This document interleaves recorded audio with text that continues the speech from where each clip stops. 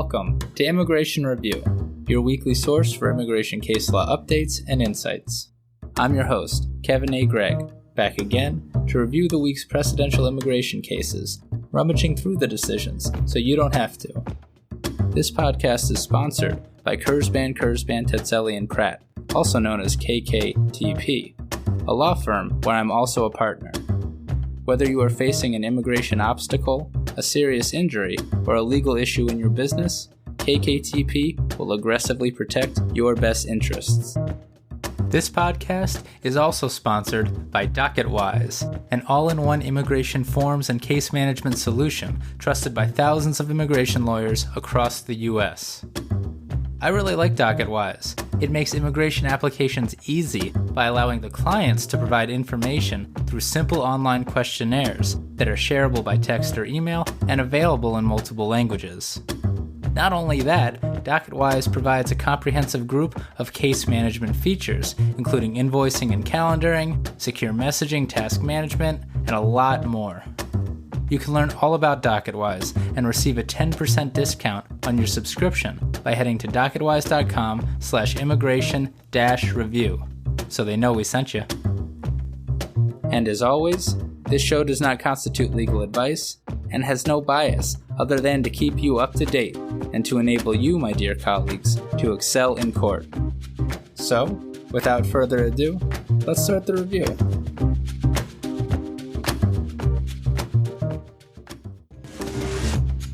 Ladies and gentlemen, hobos and tramps, cross-eyed mosquitoes, and bow-legged ants.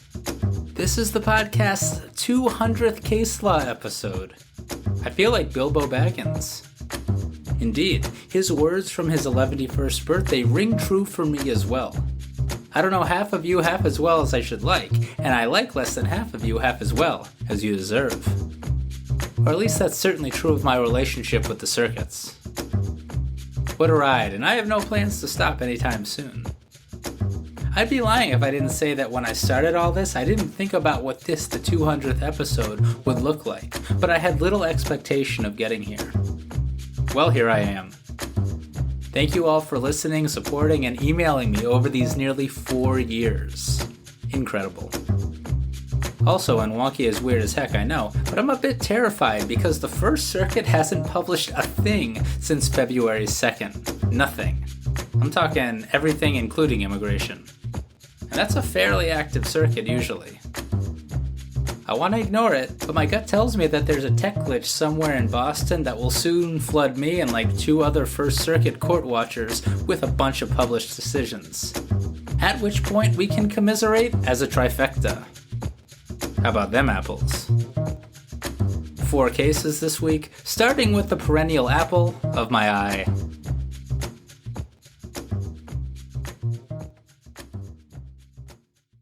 First up is matter of Azrag, published on Friday by the BIA. Interesting issue. Great attorney for the non-citizen. And a loss on what appears to be a bit of a trend with the BIA on issues like this of late. Mr. Azrag is from Sudan and became a lawful permanent resident of the United States.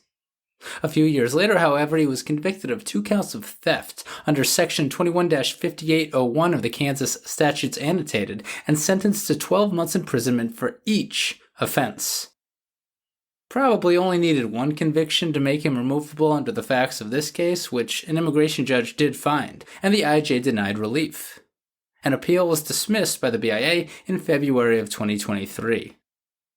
During that appeal, however, Mr. Azrag filed a motion with the Kansas State Court to get the conviction vacated. Thanks to Attorney General Barr's decision in matter of Thompson that Attorney General Garland has not vacated, post-conviction relief has become a minefield for immigration and criminal defense attorneys alike. The motion filed by Mr. Azrag's criminal attorneys with the Kansas court alleged that Mr. Azrag, quote, was not competently advised by counsel of the nature of the plea agreement, its terms, the resulting convictions, or its potential collateral consequences, end quote. Sounds to me that that's a Padilla-type ineffective assistance of counsel, substantive or procedural defect argument. Mr. Azrag, after all, had a Sixth Amendment right to competent counsel in his Kansas criminal proceedings, and the motion to vacate that conviction alleged that counsel hadn't complied with the Supreme Court's mandate in Padilla that counsel properly advised criminal defendants of the immigration consequences of their pleas. In so many words, the prosecutor in Kansas agreed and let Mr. Azrag withdraw his guilty plea. However, quote, the motion was not accompanied by any evidence to support the allegation that the respondent's prior criminal defense counsel failed to competently advise the respondent, end quote. Nor would such evidence often be expected when the prosecution agrees, in cases such as this, in our adversarial system. The state court judge obliged the parties' agreement, summarily vacated the conviction without much explanation, and amended the theft charge to something that is almost surely not a removable offense. As a state court would be expected to do with a docket in the hundreds if not thousands, and with an agreement between the parties. No longer removable, Mr. Azrag filed a motion to reopen his removal proceedings and to terminate those proceedings with the BIA. The BIA denied that motion in this decision. So, Thomas and Thompson. Under that still unvacated Attorney General Barr decision, that itself vacated 3 BIA decisions. Quote, state court orders that vacate, modify, or otherwise alter a non-citizen's criminal conviction or sentence have legal effect for immigration purposes when based on a procedural or substantive defect in the underlying criminal proceeding, but not when the change was based on reasons unrelated to the merits, such as the non-citizen's rehabilitation or an interest in avoiding an immigration consequence, end quote. But unstated explicitly in this decision, ineffective assistance of counsel should qualify. That is a fundamental defect in the underlying proceedings, even when the ineffective assistance is based on a Padilla-type failure to advise of the immigration consequences. This case here before the BIA is of course a motion to reopen. This is not a case where the Department of Homeland Security has the burden to establish removability, even though it is a motion to reopen tethered to removability. Interesting issue. Anyway, though, as such, says the BIA, for the first time to my knowledge, post Thomas and Thompson, quote, a respondent seeking reopening after the entry of a final administrative order of removal based on the vacature of a conviction bears the burden to prove the conviction was vacated for a procedural or substantive reason, end quote. The non-citizen has the burden. Also important to the BIA, quote, in determining whether a conviction was vacated based on a procedural or substantive defect, we consider the law under which the court issued its order, the terms of the order itself, and the reasons presented by the respondent in requesting that the court vacate the conviction, end quote. At least when it's not clear from the judge's order alone. What Mr. Azrag submitted did not meet the BIA's burden here. Notwithstanding what was said in Mr. Azrag's papers before that state court judge, quote, the state court, hearing the respondent's post-conviction motion, did not find that the respondent's prior attorney had provided ineffective assistance of counsel and did not adopt or indeed even refer to the respondent's allegations, end quote. As to the substance of the motion filed by Mr. Azrag's attorney, the BIA gave it little weight, for, quote, just as statements of counsel are not evidence of what happened to a respondent in the past, they likewise cannot substitute for evidence of deficient performance by an attorney. Findings of fact regarding an attorney's conduct, or conclusions of law regarding the violation of a defendant's constitutional rights, end quote. All of this meant here that Mr. Azrag did not succeed in getting his case reopened and may be physically removed to Sudan. I have thoughts.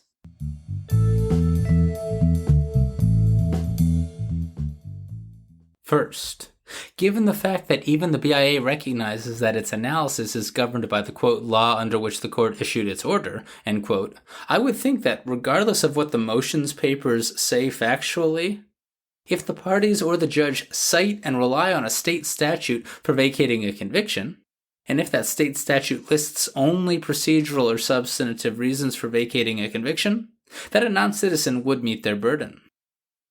The BIA itself specifically notes here that, quote, the state court did not specify the law under which it issued its order vacating the convictions, end quote. So it seems that a simple state statutory citation in the papers may go a long way, even where there's an agreement with the prosecutor, as a court does need some legal basis to vacate a conviction. Second, evidentiarily, if that's a word. Couldn't all of this have simply been satisfied by a sworn affidavit from Mr. Azrag explaining that his, quote, prior criminal defense counsel failed to competently advise him, the respondent, end quote. Unsure if that was actually submitted here or not, but I'd think the BIA would have mentioned it if it was. There's great case law out of some of the circuits of late regarding the persuasiveness and indeed potential definitiveness of sworn affidavits in the motion to reopen context. Check out the podcast case summary page. But I must caution everyone, though. In its second-to-last sentence, the BIA seems to cast doubt on whether the moving papers or even the evidence can ever be sufficient, instead focusing heavily on the state court judge's actual order. Quote, where a state court order granting a respondent's motion to vacate a conviction does not indicate the reason for the vacature, and there is no other basis in the record to independently establish the reason, the respondent has not satisfied his burden to show that the court vacated his conviction because of a substantive or procedural defect in his criminal proceedings. End quote. That's a bit ambiguous with maybe some exceptions to me, but if it truly will be the case that the BIA or IJs relying on this decision in the future are to require factual certainty from the state court judges themselves, they will be applying a framework that largely ignores how state court judges operate in practice. Judges just as burdened as IJs, if not more so. It will add another hurdle for non-citizens seeking to vacate their criminal convictions, a hurdle upon a hurdle, really, that when you tell criminal defense attorneys that this is how it works, you are often met with disbelief. To conclude, remember too that nothing in this decision should apply where DHS bears the burden for removability purposes. And that is matter of Azrag.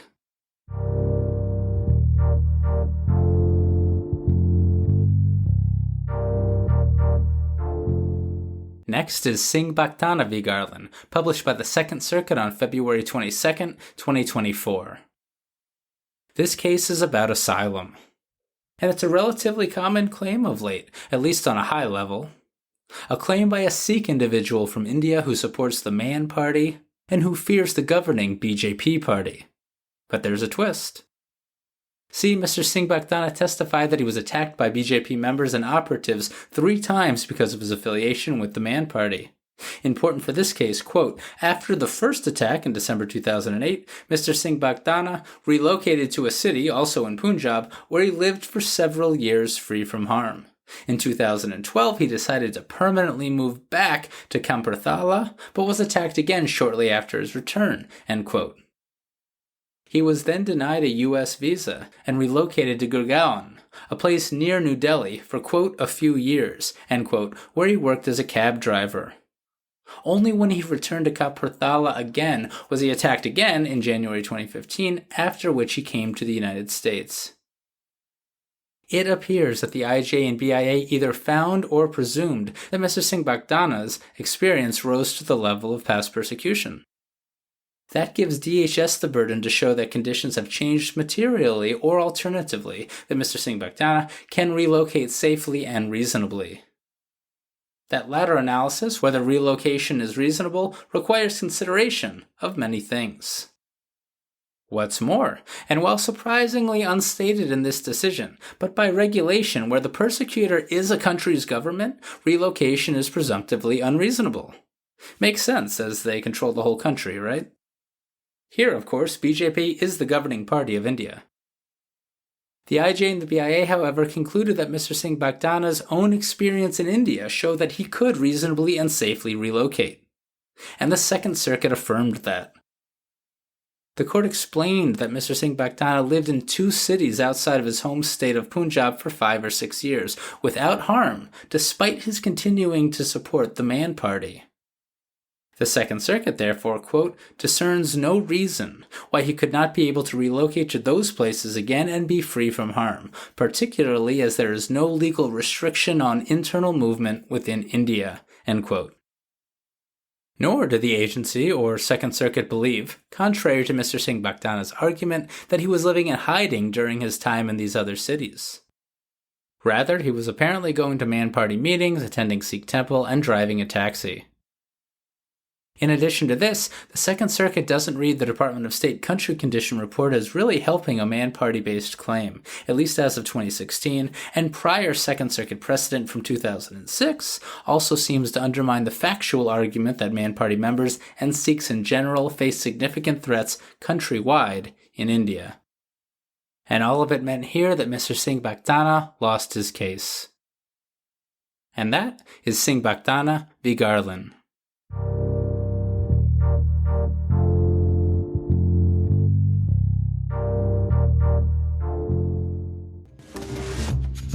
Are you tired of answering your own phones, or of wasting your valuable time on unqualified consultations?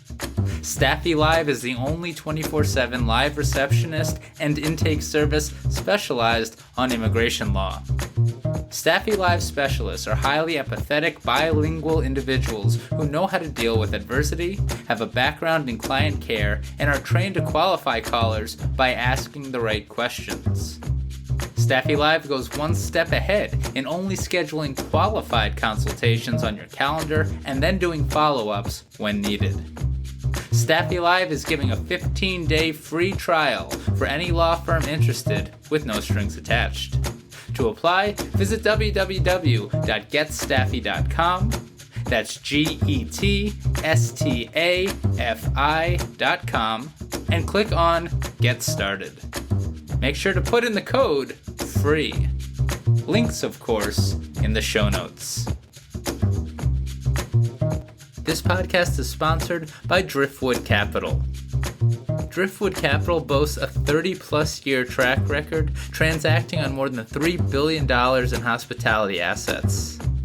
Since 2015, Driftwood Capital has successfully implemented the EB-5 program into their development deals, helping more than 160 families find a secure path to residency through their projects. Driftwood Capital is a vertically integrated commercial real estate firm specializing in hospitality with dedicated acquisitions, development, lending, and management divisions.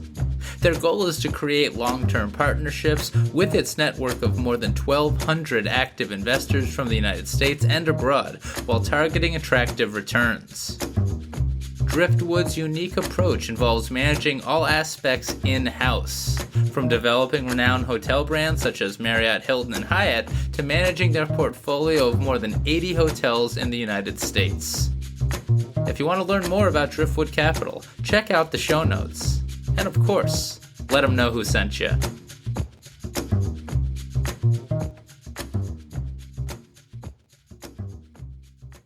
Next is, Singh v. Garland, published by the 8th Circuit on February 23, 2024.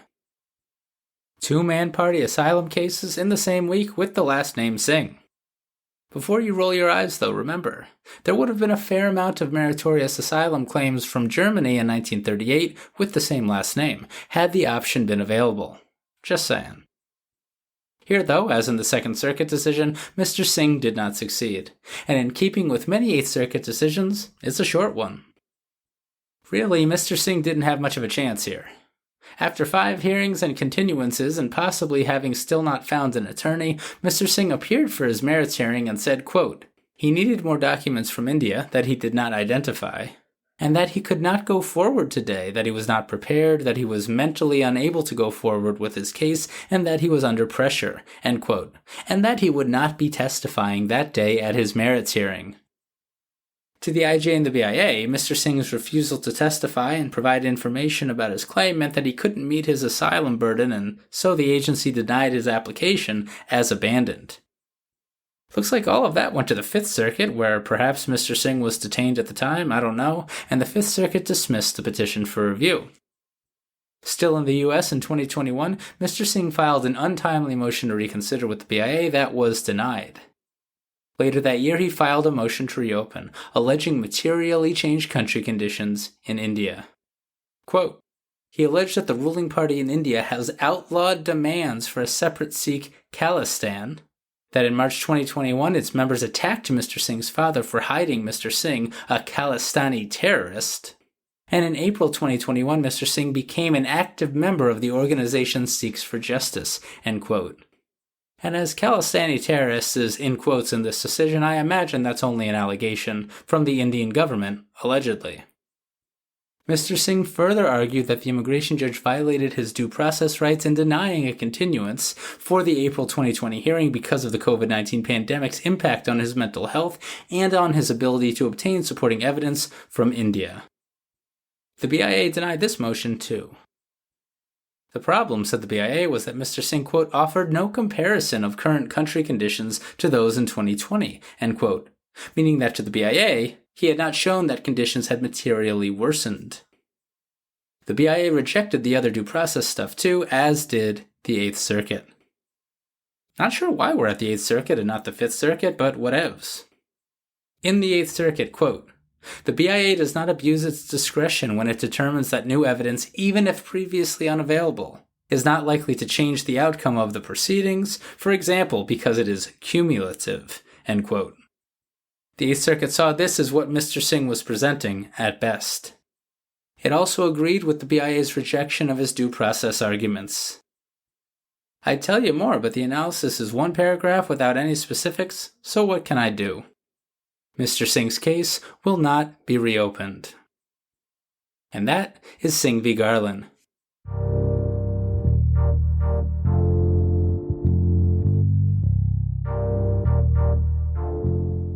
Which brings us to United States v. Ivey, published by the Sixth Circuit on February 20th, 2024. Concluding with the crime of violence case.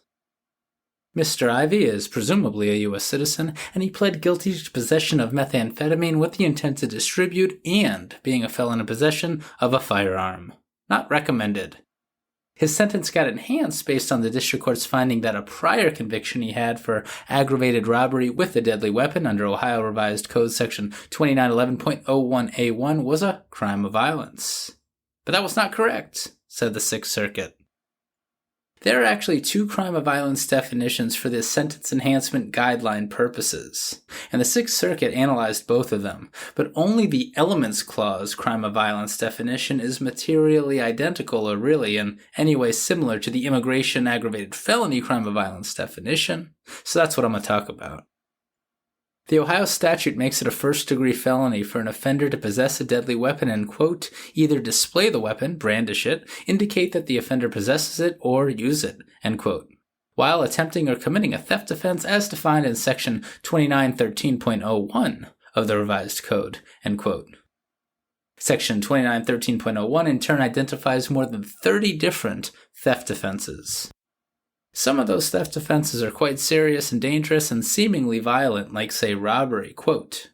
But the list of theft offenses also includes seemingly less serious offenses, such as tampering with coin machines, safe cracking, insurance fraud, and workers' compensation fraud, end quote. Maybe that's serious, but it's obviously not violent. And actually, it's pretty simple to the Sixth Circuit. Zooming out, there are pretty much three federal contexts where pretty much the same crime of violence definition is at play. The Armed Career Criminal Act, the Immigration Aggravated Felony Crime of Violence, and this one, the Sentence Enhancement Guidelines. Last year, in the ACCA case United States v. White, a case that appears that I missed or perhaps simply mentioned in another summary, the Sixth Circuit actually held that Ohio aggravated robbery, this statute, isn't a crime of violence because it doesn't have a sufficient mens rea following the Supreme Court's Borden decision. As the Sixth Circuit explained in White, following Borden, a crime of violence in the Sixth Circuit at least requires, quote, as an element, the knowing or purposeful use, attempted use, or threatened use of physical force against the person of another, end quote. Immigration crime of violence also allows for that force to be against property. Now, it does look like some of those 30 underlying theft-type offenses have that as an element, but some don't. No discussion here as to whether Ohio Revised Code Section 2911.01A1 is divisible as to the type of underlying theft committed, But I have a feeling that that's what was probably held in white, because the Sixth Circuit says here that the conviction can't be a crime of violence, quote, without further information that the aggravated robbery conviction is predicated on a particular underlying theft offense, end quote. And how could you tell that under the categorical approach unless this Ohio statute is divisible as to the 30 ways to commit theft? Later in the decision, the Sixth Circuit does indeed actually explain that under its prior precedent, this Ohio aggravated robbery statute is, quote, twice divisible. That is, the statute not only requires a court to determine the type of aggravated robbery at issue, but also which of the more than 30 theft offenses mentioned underlies the conviction, end quote. So there you go. It's divisible. Twice divisible. But here, the state court indictment and judgment for this aggravated robbery conviction does not identify the predicate theft offense, which means that the government, which had the burden of proof in its effort to enhance Mr. Ivey's federal criminal sentence, couldn't meet its burden. And it meant that Mr. Ivey got years off his sentence of imprisonment. Begs the question to me, though, as it so often does. If the state court indictment and judgment in this case for aggravated robbery does not identify the predicate theft offense, how can it be that the predicate theft offense is actually an element rather than a means of committing this offense, such that a court can even look to the documents in the first place? Because by definition, then, the Ohio prosecutors didn't have to prove, and a jury didn't have to find, what the underlying theft offense was. I probably need to go back and read that White decision, though. Maybe it was explained. But in any event, it means, as it so often does in these cases, congratulations to the Federal Public Defender's Office, this time out of Cleveland, and specifically Catherine Adenaro-Shesky for Mr. Ivey. And I guess it means no need to tangle with matter of Azrag if your client has this Ohio conviction. Good discussion on the federal definitions of generic robbery and generic extortion too in this one, if that's ever needed in your case. And that is United States v. Ivey.